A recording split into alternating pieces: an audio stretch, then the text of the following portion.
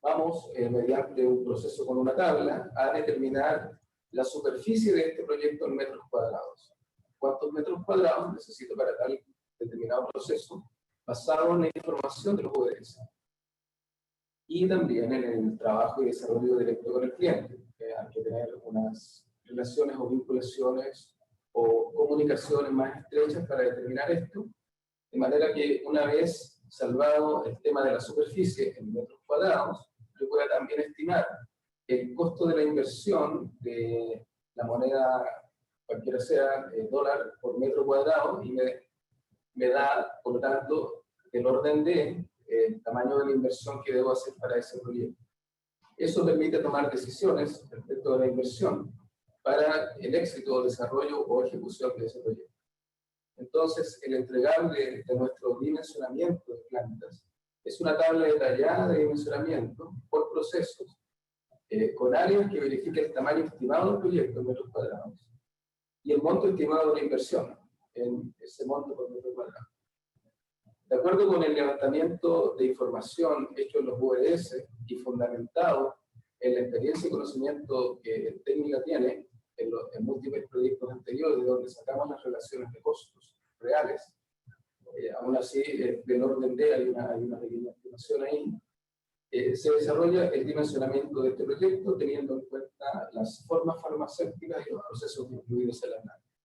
Ese es el concepto que podemos desarrollar cuando no está claro o no está definido el proyecto, en términos de la superficie que va a requerir para el propósito de la producción. Adelante, por favor.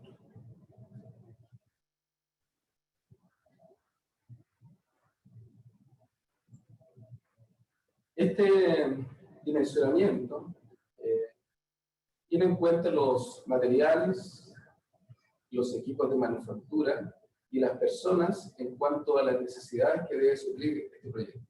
Ahí en la imagen ustedes ven una maqueta, que es en la que nosotros desarrollamos los proyectos, que es una maqueta BIM del software Revit de Autodesk.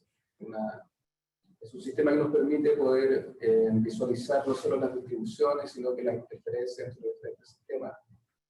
Tiene información, contiene mucha información respecto de ellos, y están entonces en relación a las superficies para esos procesos estimados todos los elementos requeridos, no solo las áreas de proceso, hablamos de esclusas, pasillos y salas, sino que también las otras áreas de apoyo para los servicios, y también las oficinas, los vestidores, las áreas de desarrollo en general, que necesita una determinada planta. Por lo tanto, me va a demandar acá una superficie general para que eso se relacione con las expectativas que hay para la ejecución en cuanto al monto de la inversión para poder concebir todo este concepto. ¿Sí? Ese es uno de los aspectos que nosotros desarrollamos en relación al requerimiento general de los usuarios, pero, como mencionamos, fundamentado en esta información o este alcance detallado y escrito, porque las plantas en general son bastante complejas y necesita uno manejar toda esa información para que estos diseños efectivamente cumplan con las expectativas iniciales y no se queden abajo algunos elementos que posteriormente van a surgir en un análisis o en una revisión de estos proyectos. Adelante.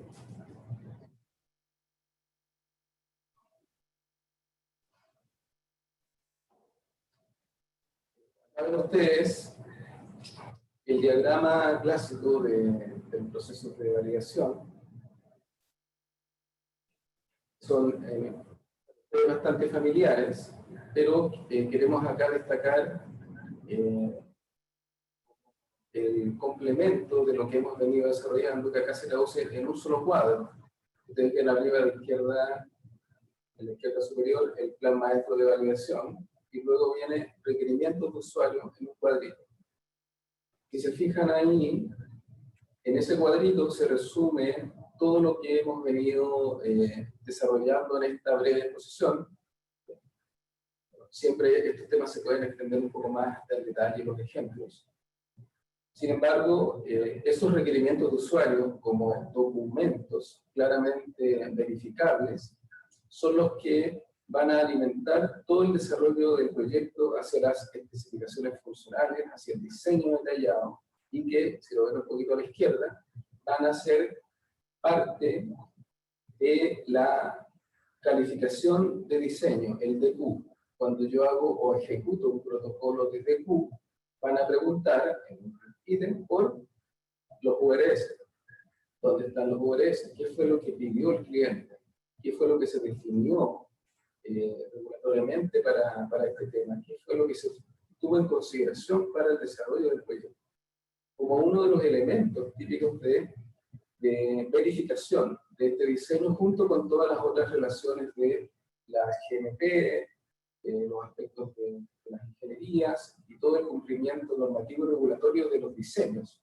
Pero estos URS van a ser solicitados en ese nivel.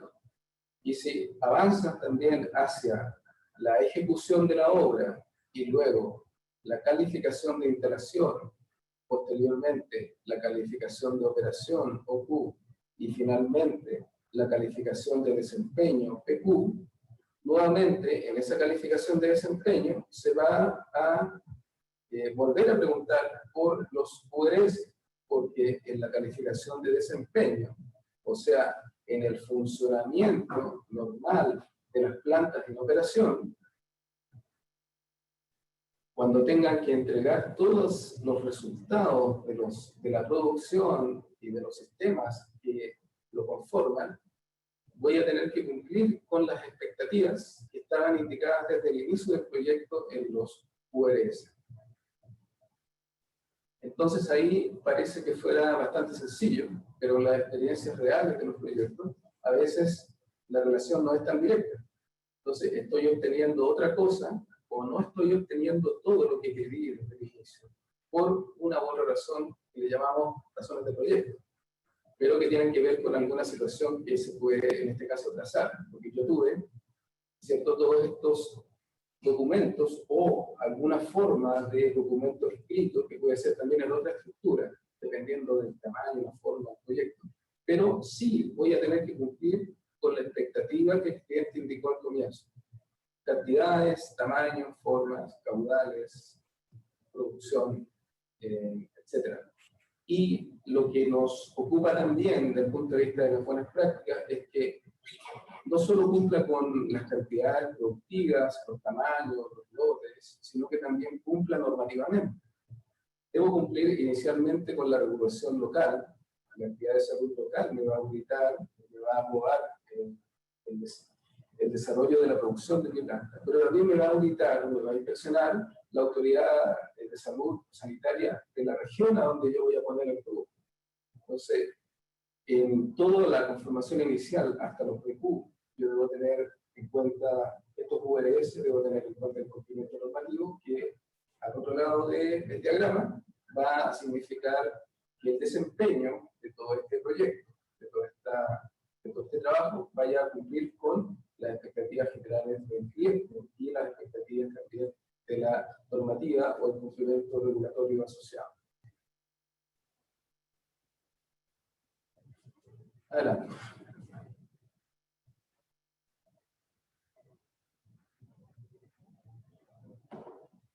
Simplemente indicar al final que estos conceptos han sido globalmente comentados y han sido desarrollados por la colaboración de profesionales de diversos sectores y regiones geográficas de la industria, con la intención de determinar un entendimiento común del concepto y los principios de las buenas prácticas de manufactura. Con eso concluimos la presentación hasta este punto. Yo les invito a poder formular las dudas, las preguntas, las consultas que ustedes quieran y ofrezco las disculpas por los inconvenientes de la comunicación. Estamos en esta modalidad de videoconferencia, como les comentaba, mucho más al sur, en Santiago de Chile, por ahí las comunicaciones no funcionan a veces como uno desea. Así que gracias por su paciencia y que va a tener todas las consultas que quieran ustedes. Muchísimas gracias a usted, Gustavo González, por su participación, todo un honor y no se preocupe, entendemos este tipo de situaciones pueden pasar en este tipo de eventos. Así que vamos a continuar con la sesión de preguntas. Dice así, ¿hay algún marco regulatorio donde se...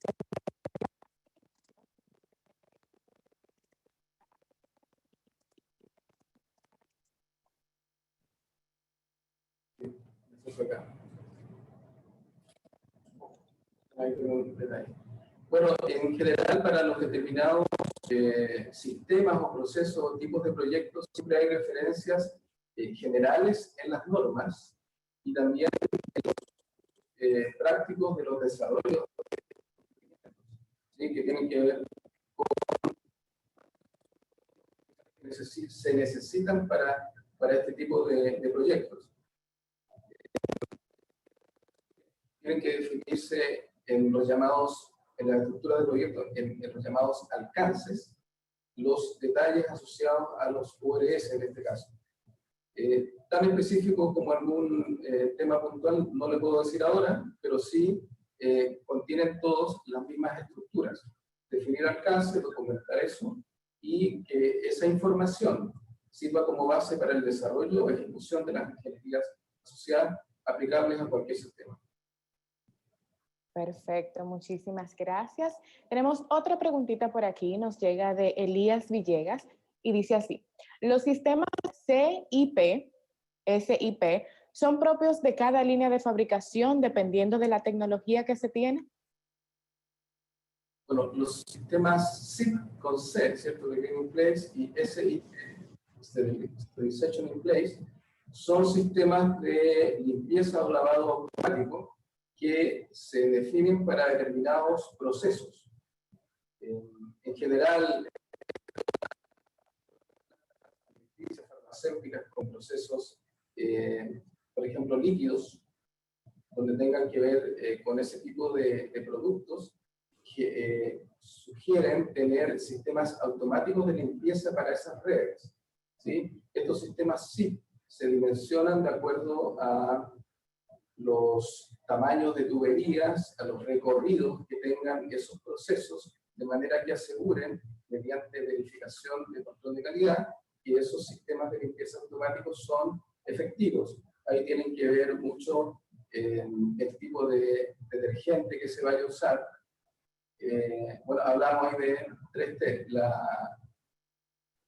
la turbulencia, la temperatura, la titulación, el tipo de detergente. Hay unas fórmulas como unas estructuras clásicas para poder estructurar un sistema de manera que sea eficiente en el lavado y posterior verificación por calidad. Ok, perfecto. Muchísimas gracias. Tenemos dos preguntas de Alexis Blanco. En primer lugar, él pregunta, para el diseño de conceptualización de una planta para determinado proceso, ¿es conveniente realizar un único URS para todos los procesos que comprenden o se deben agregar para cada parte de los procesos en específico? Para Alexis, entonces, acá puede no haber una forma, sino que pueden haber dos o tres.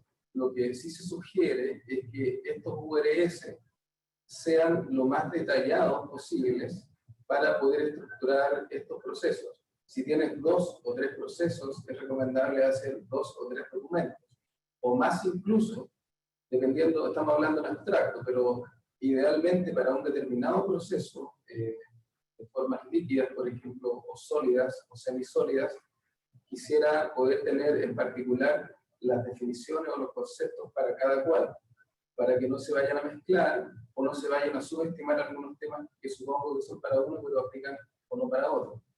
En general, la recomendación es los documentos necesarios para que la información quede lo más clara posible, no hayan dudas para poder desarrollar las ingenierías. ¿Sí? Lo puedes hacer en uno solo o lo puedes hacer en 2 o 3, como sea más funcional. Ok, también pregunta entonces Alexis, que ¿qué documentos de carácter obligatorio deben ser aprobados? ¿Qué documentos? Bueno, Lo obligatorio en general es finalmente el cumplimiento regulatorio o la verificación de los determinados parámetros de cada sistema. Lo que se sugiere en general es que hacia atrás, en esto de los URS, estén definidos en algún tipo de documento para la trazabilidad estos requerimientos, ¿sí? Yo debo tener alguna forma de poder responder, como les hablaba, al DQ. Cuando el DQ me pregunta cuál fue el requerimiento para esta zona específica, para este proceso, no puedo llamar en ese minuto al cliente, ni puedo llamar a la persona que fue a la reunión, sino que al que debo llamar es al documento que me indique dónde está esa información. Por lo tanto, lo regulatorio lo va a ir dando la norma en relación a ese tipo de proceso o producto, y a los documentos. Recuerden que es la demostración documentada de algo, y acá yo debo documentar lo que me pidieron, ¿sí? El alcance, el requerimiento. Ok, muchísimas gracias por esa aclaración. También tenemos a Carlos Andrés Jaimes, que nos hace una solicitud de por favor repetir las URS para sistemas de agua purificada. No sé si quiere hacerle un resumen o algo así. Para agua purificada, bueno, lo primero que van a tener que tener presente ahí para el agua purificada, siendo un poco más específico, es un concepto que tiene que ver con el perfil de consumos. O sea, vas a preguntar tú, ¿cuántos puntos de uso de agua voy a tener? ¿Qué caudal va a requerir cada punto de uso? Para poder determinar el tamaño del equipo de generación de agua, el volumen del tanque de acumulación. Esa es una primera pregunta que va en esos URS. ¿Cuánta agua vas a consumir?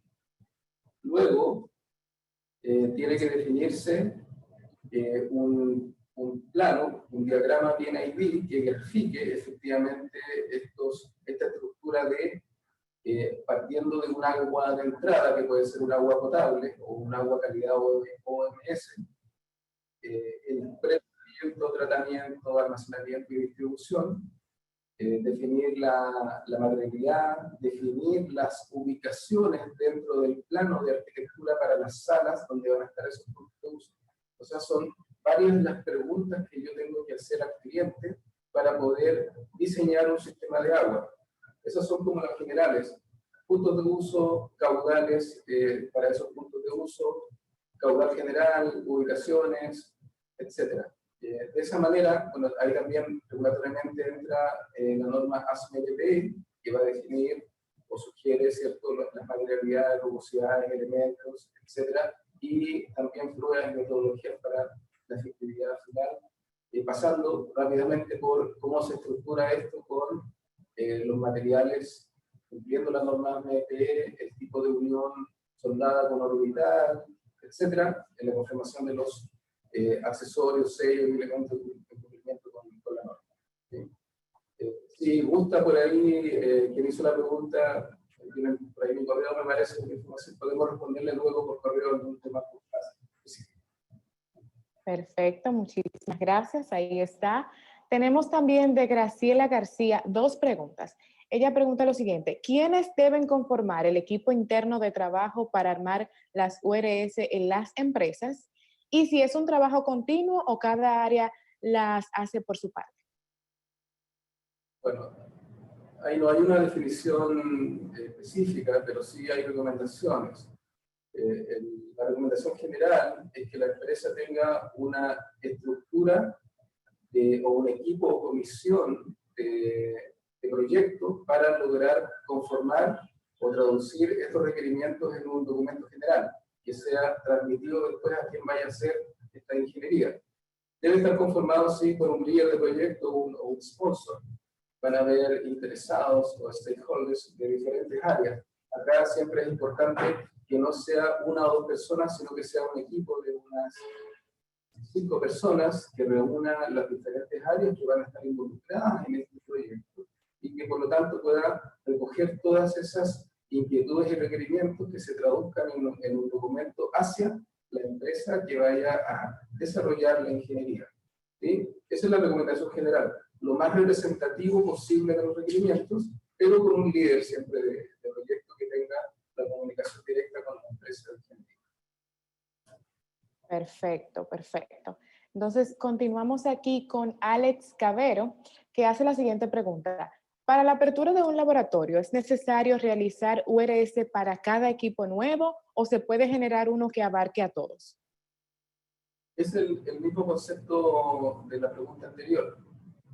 Puede hacerse un URS para cada equipo, que es lo recomendado, porque no olvidemos que si son equipos de proceso que van a estar en contacto con el producto, yo deba realizar las verificaciones para ese equipo de si es o no calificable. Entonces, para mi gusto debería haber un URS por cada equipo, aunque sean 10 o 30 equipos, porque esa información, lo más clara posible, me permite verificar.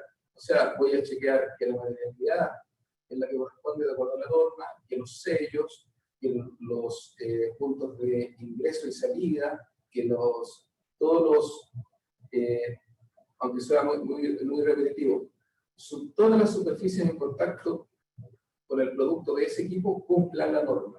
Entonces necesito enfocarme en cada equipo por separado. Esa es una recomendación. Si el cliente desea hacer un solo documento donde involucre 3 o 4 equipos, también lo puede hacer. Ojalá que sea lo más didáctico posible, que me permita visualizar toda la información requerida para las verificaciones normativas. Perfecto, perfecto.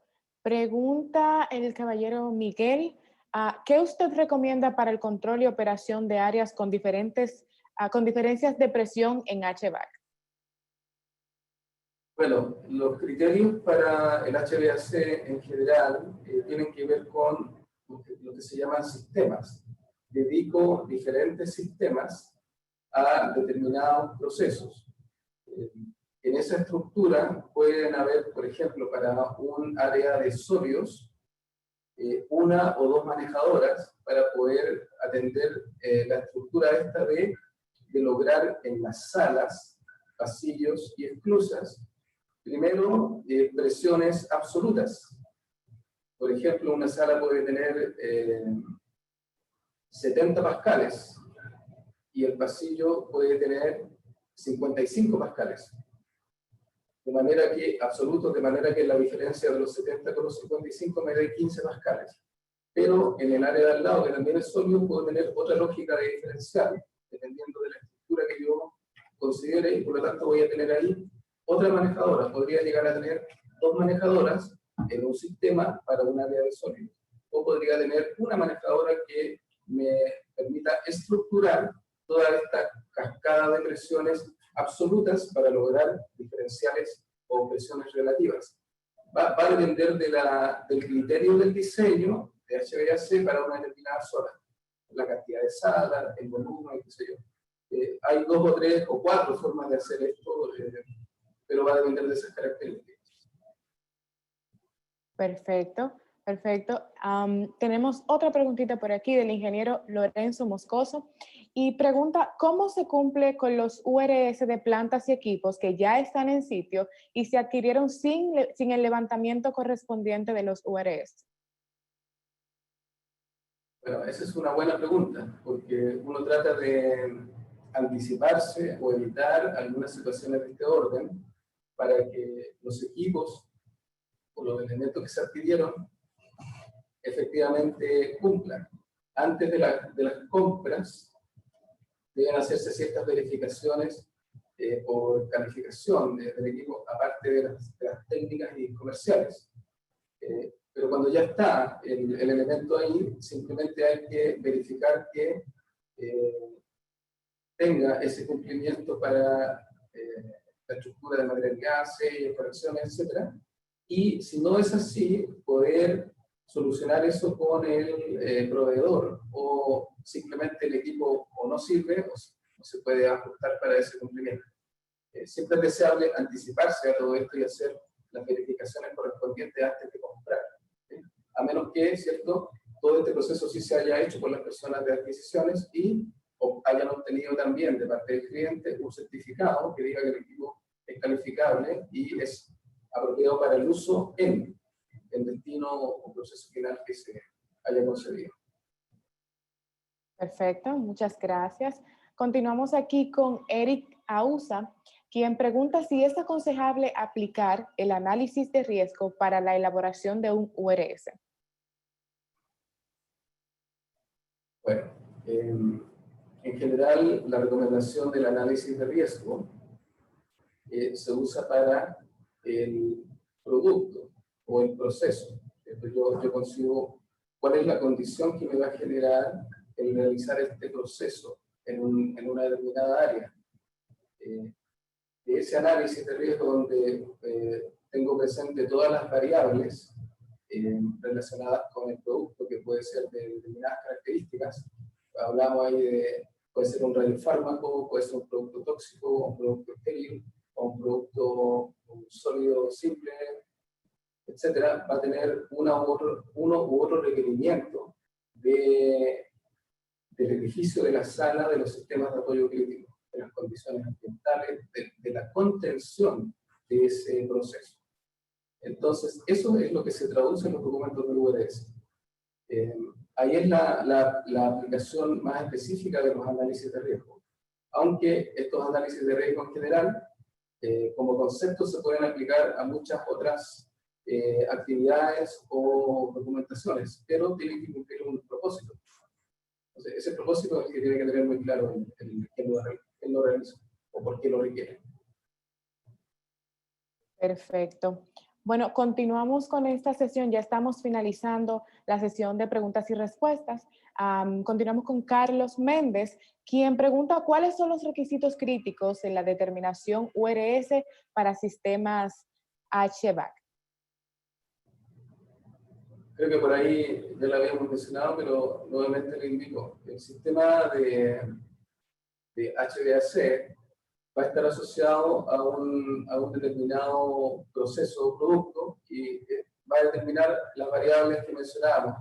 Primero, tengo que tener clara la clasificación, ¿cierto? Si mi proceso requiere una ISO 5 o una clasificación ISO 8, como ejemplos, eso va a definir la estructura de filtración. Voy a tener un filtro 4, un filtro F9 y un filtro H13, por ejemplo, en la unidad manejadora para satisfacer los requerimientos de particulado de un área ISO 8. Pero cuando es ISO 5, aparte de esa estructura, voy a tener que llevar un filtro EPA o más de ellos, digamos, al cielo de la sala para que con esa condición de filtración yo pueda cumplir con el particulado que me pide la norma de determinar partículas de determinado tamaño por metro cúbico. ¿Sí? Eso me define la clasificación. De la misma manera, tengo que definir las renovaciones de aire, por lo tanto, el caudal de la manejadora en relación al volumen de la sala. Tengo también que tener presente la diferencial de presión que voy a lograr entre mi sala y el pasillo.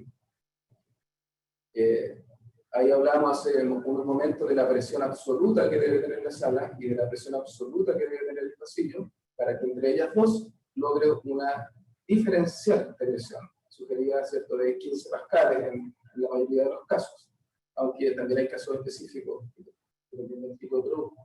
También debo lograr temperatura y humedad.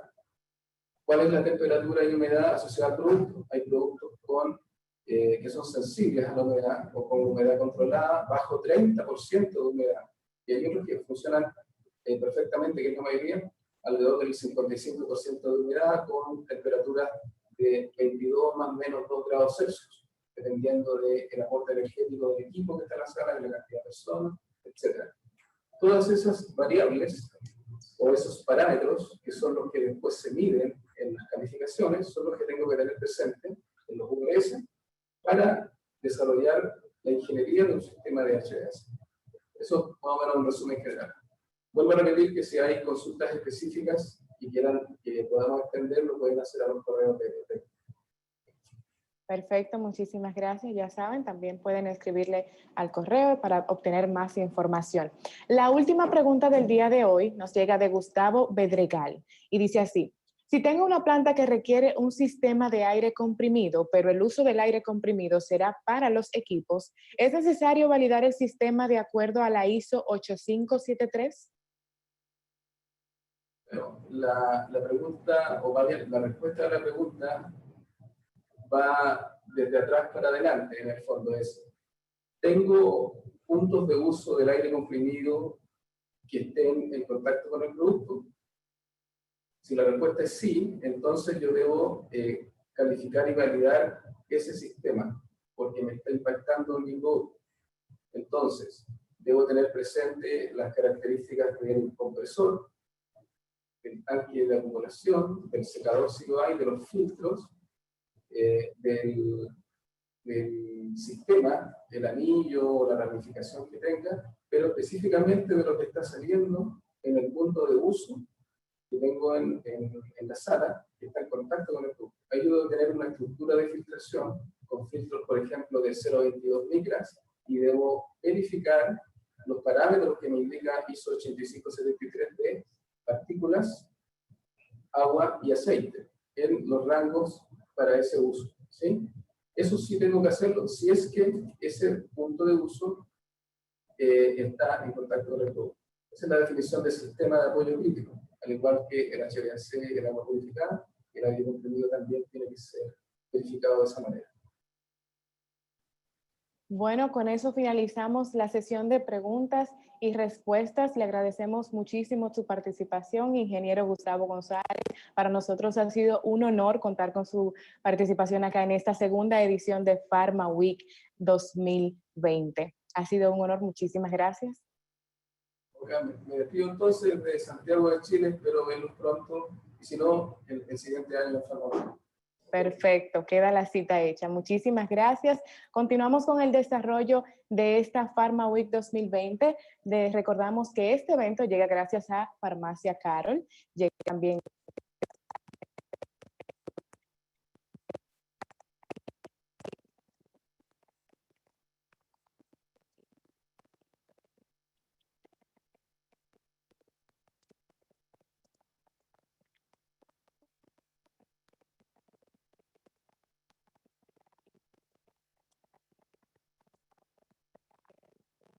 regresamos en breve a las 11 de la mañana con la próxima conferencia del día de hoy.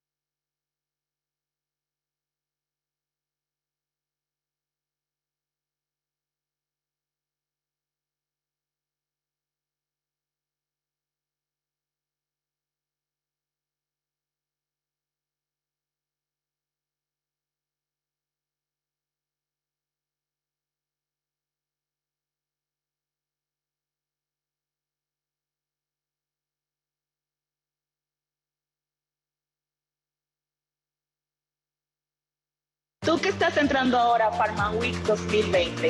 Nuestra próxima conferencia es